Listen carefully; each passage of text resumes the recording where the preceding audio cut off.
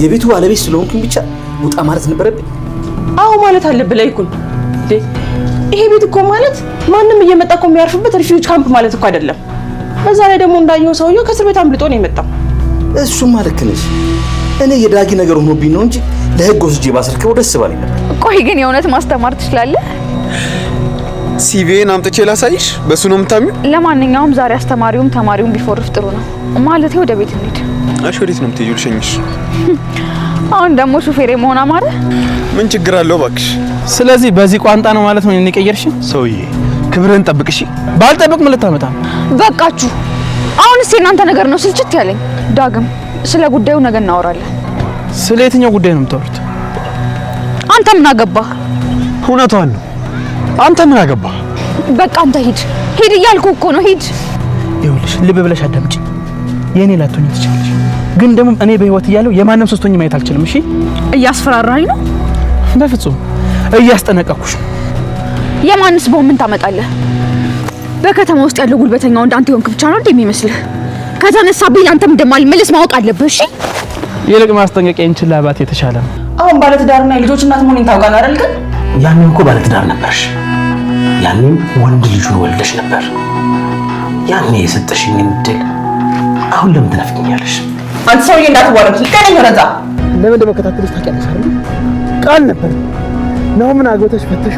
ከዛ በኋላ ገንዘቡን ለኩል እንደምንካፈል ቃል ተግባብተን ነበር አይደል? አሁን እሱም ማድረግ አልችልም፣ ምክንያቱም አርግዤለታለሁ። አልችልም። ወደሰን በግድ ታደርጊዋለሽ። እሺ? አታድርኩ አረ ካሉ ደጎሽ ኤርሚ እስከ መቼ በዚህ ቪዲዮ እያስፈራራኝ ትኖራለህ? አንቺ ተረገምሽ። እዚህ ምን እየሰራሽ? ምንም አትበይ እንጂ ምን እያደረግሽ ነው? ሌባ ነህ። እንደውም እኔ ከምታስፈራራኝ ገላግለኝ፣ በቃ ግደለኝና ገላግለኝ። አፍሽን ዝጊ። ዛሬ ምን ልታደርገኝ? ይበቃሻል አንቺ ውሻ። አምራ አንቺ አምራ ጽንሱስ አስናለሁ። አምራን በዚህ ጽንስ ምክንያት ነበር ናሆምን በእጇ ያስገባችውና ናሆም እሷ ያጠፋችውን እሷ የበደለችውን ነገር ይቅር ብሏት አሁን ላይ እሷን ለማግባት ሽማግሌ ለመላክ እየተዘጋጀ ያለው ማለት ነው። አሁን ደግሞ ይሄ ጽንስ ዶክተሩ ለኤርሚያስ እንደነገረው ጽንሱ እንደተቋረጠና እሷ ራሱ በስንት መከራ ህይወቷን እንዳተረፉ ነግሮታል ማለት ነው። ይሄ ነገር ደግሞ ለአምራን መጥፎ ዜና ነው። እሷ በዚህ ጽንስ ምክንያት ነው ናሆምን በእጇ ያስገባችውና እዛ ቤት ለመግባት የስንት ጊዜ ህልሟ በፊትም ከኤርሚያስ ጋር ያቀዱት ናሆምን በእጇ ማስገባትና እሱን አግብታ ከዛም በኋላ ከሱ ጋር ፍቺ ትፈጽምና ንብረቱን ለመካፈል ነበር ያቀደችውና ከጊዜ በኋላ ደግሞ ካረገዘች በኋላ እናም የእርግዝናው ዲኤንኤ ተመርምሮ የናሆም መሆኑ ከተረጋገጠ በኋላ ናሆም ምንም ነገር ማድረግ አልቻለምና ልጅ የዚህ መሃል ምንም ጥፋት የለበትም፣ እሱ መቀጣት የለበትም፣ ከእናትና ከአባቱ ጋር ማደግ አለበት በሚለው ነው እዚህ ጋር ለአምራን ይቅርታ አድርጎ እሷን ሊያገባት የፈለጉ ማለት ነው። ይሄ ነገር ደግሞ በኤርሚያስ ምክንያት ጽንሱ ተቋርጦባታል ማለት ነው። አሁን ከዚህ በኋላ ነው በአምራንና በኤርሚያስ መሃል ትልቅ ጦርነት ሊነሳ የሚችለው። አንተን እንደዚህ ያደረከኝ ወይ ደግሞ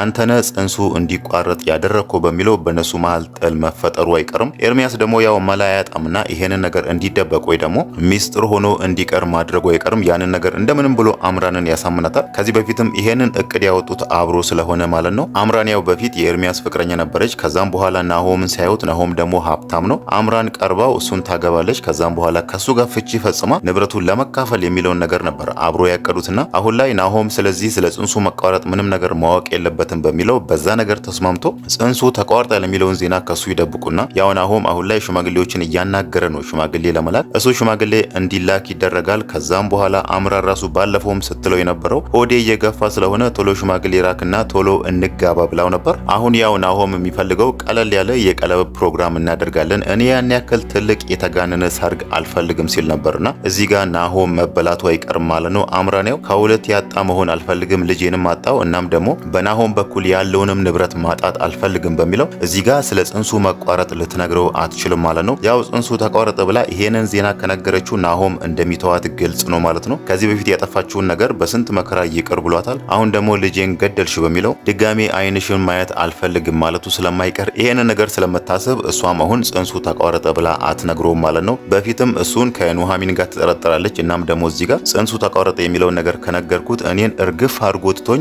ሙሉ ለሙሉ ከኑሐሚን ጋር ይሆናል ስለምትል ስትል ይሄንን ነገር አትነግረውም። አሁን ነው በቃ ቁጭ ብሎ ከኤርሚያስ ጋር ያለውን ነገር አውርቶ ያው መጀመሪያ ላይ መጣላታቸው አይቀርም። አምራን ይሄንን ነገር ከሰማች ወይ ደግሞ ይሄንን ዜና ከሰማች መጎዳቷ አይቀርም። ከኤርሚያስ ጋርም ለተወሰነ ጊዜም ይጣላሉ። ከዛም በኋላ ሁለቱም ቁጭ ብሎ ማማከራቸው አይቀርም ማለት ነው። ያው መጀመሪያ ያቀዱት እቅድ በዛው እንዲቀጥል ነው። ኤርሚያስም አሁን ላይ እያላት ያለው ጽንሱ ሳይወርድ ራሱ እሷን እያስገደዳት የነበረው ናሆምን ታገቢያለሽ፣ ከዛም በኋላ እሱን ትፈቻለሽ እያለ እሷን እያስገደዳት ነበርና ይሄ ነገር ነው። እሷ እንደውም ተኝታ ራሱ በህልሟ እየመጣ እየረበሸት የነበረው መንገድ ላይ በጨለማ ስትሄድ ኤርሚያስ በቢላ ያስፈራራት ምናምን ያለውን ነገር እንደዚህ የሚያስፈራ ህልም ስታይ ነው። ያኔ እሱ የያዘባት ቪዲዮ አለ። በዛ ቪዲዮ ምክንያት ነው እኔን እያስፈራራ ያለው በሚለው የሱን ቤት የቤቱን ቁልፍ አስቀርጻ ቤቱ ገብታ እሱ ቪዲዮን የደበቀበትን ፋይል ስትፈልግ ነበር። ያው መጀመሪያ ላይ ስልኩን ሰርቃ ነበር። የሱ ስልክ ውስጥ ቪዲዮ ይኖራል። ያኔ ከዛ ውስጥ አጠፋለሁ ወይ ደግሞ ስልኩን ራሱ ሙሉ ለሙሉ አጠፋለሁ ብላ ነበር የወሰደችው። ኤርሚያስ ደግሞ ያን ያክል ሞኝ ሰው እንዳልሆነና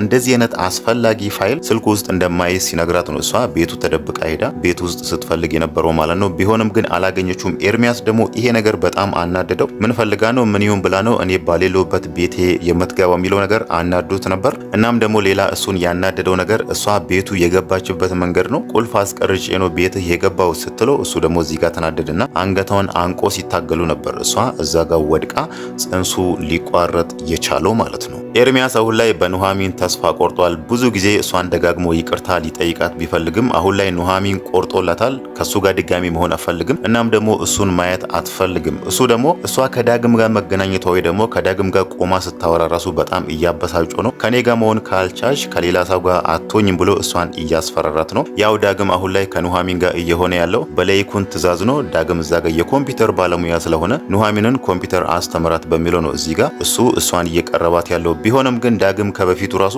ኑሐሚን ደስ ብለዋለችና ይሄ አጋጣሚ ደግሞ ለሱ ጥሩ ነገር ነው የሆነለት። ለይኩን ይሄን ነገር እንዳዘዘው ነበር በጣም ደስ ብሎት ፊቱ ላይ ትልቅ ፈገግታ ሲታይ የነበረው ማለት ነው። ኑሐሚን ደግሞ ይሄ ነገር አስገርሟት ነበር። እሷ ዳግምን በዚህ ልክ አልጠበቀችውም። እናም ደግሞ በኮምፒውተር ኢንጂነሪንግ የማዕረግ ተመራቂ የሚለው ነገር ራሱ ከገመተችው በላይ ስለሆነ ይሄንን ነገር ስትገረም ነበር ማለት ነው። ስለዚህ ጉዳይ መንገድ ላይ ቆሞ ሲያወሩ ነበር። እንደውም ኤርሚያስ አይቶ ከዳግም ጋር ሊጣላም ፈልጎ ነበር። እናም ደግሞ እዛ ጋር ኑሐሚንን ሲያስፈራራት የነበረው ማለት ነው። ሌላው ነገር ደግሞ ዳግም እዚህ ጋር ከኑሐሚን ጋር መቀራረቡ የኑሐሚን አስተማሪ መሆኑ ቢያስደስተውም እቤት ያለው ነገር ደግሞ እሱን አሁን ላይ በጣም እያስከፋው ነው። እዛ ጋር ዝናሽ እናቱ አባቱ ላይ እያደረሰች ያለችውን ነገር አባቱን በዛ ልክ መናቋና አባቱን በዚህ ልክ መጸየፉ እሱን በጣም እያናደደ ነው። አባቴ ከልጅነቴ ጀምሮ ለእኔ ብዙ መስዋዕትነት ከፍሎ እኔን ሲያሳድገኝ ነበር። ስለዚህ እንደዚህ አትናገሪው ብሎ እሷ እየናቀችው እያንቋሸሸችው የዳግምን አባት ሲምባን እዛ ጋር ስትናገረውም ይሄ ነገር ደግሞ ግራ ገብቶታል። ሌላ ነገር ደግሞ ናሆም ራሱ እዛ ጋር ሁለቱንም እንደጠላቸውና ሊያያቸው እንደማይፈልግ ነው እዛ ጋር እየነገራቸው ያለው። ዳግም እዛ ጋር ለአባቴ ሌላ ማረፊያ አዘጋጃለሁ ብሎ ሲነግረው ለአባት ብቻ ሳይሆን ለአንተ ማረፊያ ብታዘጋጅ ይሻላል ብሎ ሁለቱንም እዛ ቤት ማየት እንደማይፈልግ እየነገረው ነው ማለት ነው። እሱ በዚህ ልክ የዳግምን አባት የጠላውና በዳግም አባት የተናደደው የዳግም አባት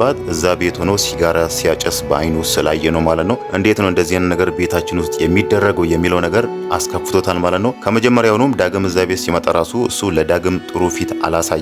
ያው ወንድሙ እንደሆነ ስለማያውቅ ነው። እዚህ ጋር የተደበቀውን ትልቁ ሚስጥር ዝናሽ ደብቃ ይዘዋለችና መጀመሪያ ራሱ ዳግምን ከዛ ቤት ሂድልኝ ብላ እየጨቀጨቀችው ነበር። እዚህ ጋር ደግሞ ዳግም ለራሱ አልወጣላትም። አባቱንም ጨምሮ ይዞ ሲመጣ አሁን ላይ ሌላ ራስ ምታት ሆኖባታልና እኔ ግን ምን አጥፍቼ ነው በዚህ ልክ የምቀጣው?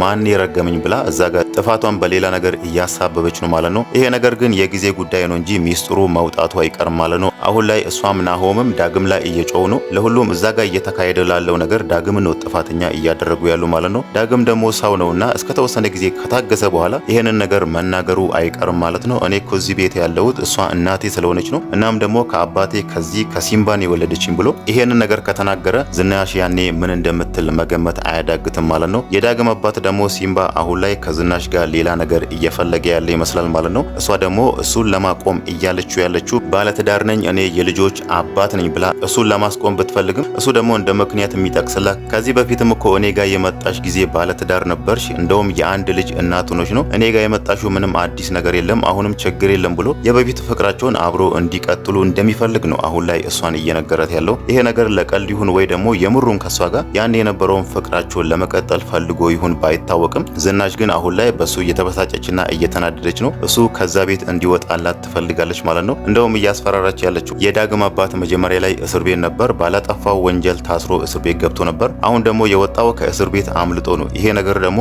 ለሷ ጥሩ አጋጣሚ መስሏት ነው በዚህ ነገር እያስፈራራች ያለችው። ከዚህ ቤት ካልወጣ ወይ ደግሞ ከዚህ ቤት ካልሄድክ እኔ ለፖሊሶች ደውዬ አስይዝሃለሁ እያለችው ነው። እሱ ደግሞ ይሄንን ነገር ቀብረር ብሎ ነው እዛጋ ከፈለግሽ ደውይና ተናገሪ፣ እኔ ደግሞ የልጄ እናት እንደሆንሽ ለባለቤትሽ እነግርልሻለሁ ብሎ በዚህ ነገር እያስፈራራት ነው። እዛጋ አሁን እሷ ለፖሊስ ደውላ እሱን ብታስይዘው እሱ ደግሞ ይሄንን ከባዱ ሚስጥሯን ቢያወጣ በዚህ መሃል ደግሞ እሷ በትልቁ ተጎጂ እንደሆነች ስለምታቅ ነው ይሄንን ነገር ዝም ያለችው ማለት ነው። ሌላው ነገር ደግሞ ለይኩን ራሱ ትንሽ ቅር ያለው ይመስላል እዛጋ የዳግም አባት መምጣት ማለት ነው። ከሱ መምጣትም በላይ ደግሞ እሱን ቅር ያለው ከእስር ቤት ያመለጥኩት የሚለው ነገር ነው እሱን ቅር ያለውና ፖሊሶች እኮ እዚህ ቤት እንደተደበቅኩ ወይ ደግሞ እዚህ ቤት እንዳለ ካወቁ ለኛ ችግር ነው የሚሆነው፣ መዘዝ ነው የሚመጣብን ብሎ እግር እንዳያበዛ አስጠንቅቆታል ማለት ነው። ያ ማለት ግን ዳግም አሁን ላይ እዛ ቤት ነው ያለው። ግን ከጊዜ በኋላ ለሲምባ ወይ ደግሞ ለዳግም አባት ቤት ተከራይቶ የሆነ ቦታ እሱን ማስቀመጣቸው አይቀርም ማለት ነው።